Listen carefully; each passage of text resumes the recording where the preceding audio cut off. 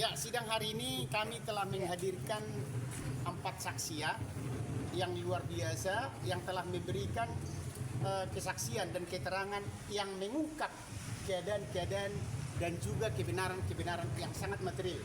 Dan mereka disumpah dan mereka telah mengatakan apa yang sebenarnya terjadi. Itu loh. Yang pertama yang kami hadirkan adalah penyidik-penyidik dari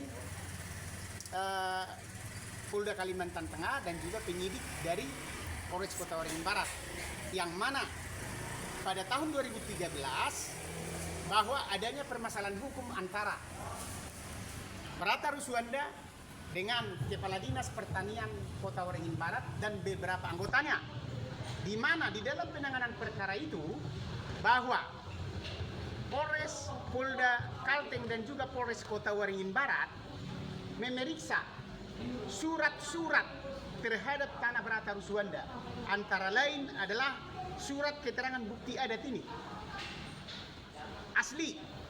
Kita pertanyakan kepada penyidik apakah saudara pada saat itu memeriksa ini dan juga memanggil daripada kepala desa yang ada di dalam surat ini adalah Gusti Ahmad Yusuf, dan saksi mengatakan betul kami memeriksa, dan saksi Gusti Ahmad mengatakan di dalam keterangannya bahwa dialah yang membuat surat ini dan dialah yang menandatangani. Kemudian juga terhadap bukti P5 yang kita majukan di sana adalah surat keterangan pinjam pakai yang dibuat oleh Kepala Dinas Pertanian pada saat itu, YTH ya, YH Rati. Pada saat itu, pada tahun 1974 dibuatlah surat permintaan pinjam pakai terhadap tanah Brata Ruswanda oleh Kepala Dinas Pertanian Yaharati Provinsi pada saat itu, dan ini adalah suratnya. Dan kita tanya kepada penyidik, betulkah ini dibuat oleh Yaharati? Betul, karena pada saat itu diperiksa bersama dengan istrinya.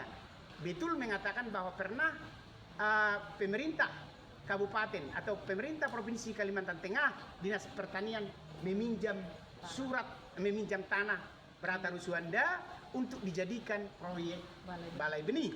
Kemudian yang paling mendasar di sini adalah bukti ini. Bukti P16 kita hadirkan.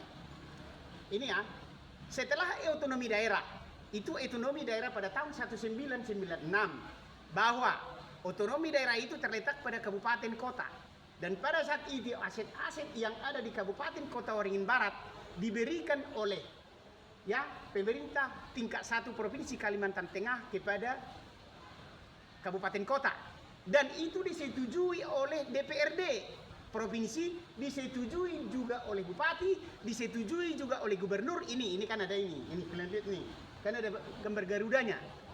Dan kita pertanyakan kepada penyidik pada saat itu, apakah tanah yang 10 hektar itu yang berperkara itu ada masuk di dalam daftar ini?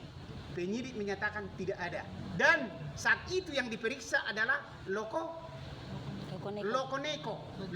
bagian aset. Dialah dulu penanggung jawab aset bagian penanggung jawab aset untuk pemerintah Kalimantan Tengah.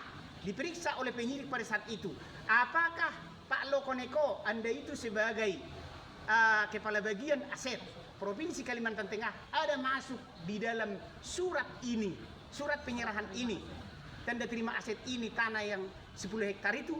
Lokoneko mengatakan tidak ada. Dan Lokoneko juga pada saat itu ditanya, apakah pernah melihat surat SK Gubernur itu? Tidak ada. Apakah saudara tahu bahwa tanah itu milik pemerintah Provinsi Kalimantan Tengah? Lokoneko mengatakan tidak termasuk dalam arsip. Udah? Dan pada saat itu lagi, ya, ini bagus sekali tadi pertanyaan-pertanyaan kita kepada saksi itu. Dan polisi juga menanya BPN wilayah. Kan otomatis dong, dipanggillah BPN. Apakah surat dan arsip SK Gubernur ada di BPN? Tidak ada. Kenapa saudara menerbitkan sertifikat atas tanah itu? Kan sudah ada terbit atas tanah di situ sertifikat yang lain. Sebagian ya. Penyidik mempertanyakan itu, dan dinas Badan Pertanahan Nasional menjawab bahwa semua prosedur kami lakukan, tidak ada yang keberatan pada saat itu, makanya terbit sertifikat. Adakah enggak? SK gubernur sama kalian pada saat diterbitkan sertifikat ini? Tidak ada, tidak mungkin dong kami akan terbitkan sertifikat ketika ada SK gubernur. Terus dari mana SK gubernur? Ya nggak tahu katanya. Dan mungkin SK gubernurnya ini turun dari langit gitu loh. Turun dari langit karena tidak ada saksi pun, satu saksi pun yang mengetahui SK gubernur ini dan fotokopinya ini. Aslinya pun tidak ada. Jadi kalau ini kita buat fotokopi untuk merampas tanah orang, ya saya buat nanti fotokopi surat-surat supaya tanah kalian saya rampas semua. Mau nggak kalian? Tidak mau dong, wartawan-wartawan yang kami hormati kan gitu loh. Jadi itulah yang mau kita lawan. Penjoliman-penjoliman seperti ini kita tidak akan biarkan terjadi di masyarakat Kalimantan Tengah secara khusus dan juga kota Waringin Barat ya. Oke, ada lagi yang mau ditanya, saudara-saudara? Penyerahan aset dari tingkat 1 ke tingkat 2 di saat waktu zaman itu yang diketahui oleh DPR, informasi semua lengkap ini. Tidak termasuk tanah yang 10 hektar. Tidak ada Tidak itu. termasuk. Dan bahkan itu katanya tidak Bukan aset pemerintah. bukan aset pemerintah, itu kata Lokoneko masih hidup nggak itu sekarang, nggak tahu saya. Kan itu loh, jelas dia kan tidak mungkin bohong. Tadi saya dengar informasi di dalam persidangan juga pengacaranya sedikit mengklaim bahwa saksi dari Polda dia merasa keberatan.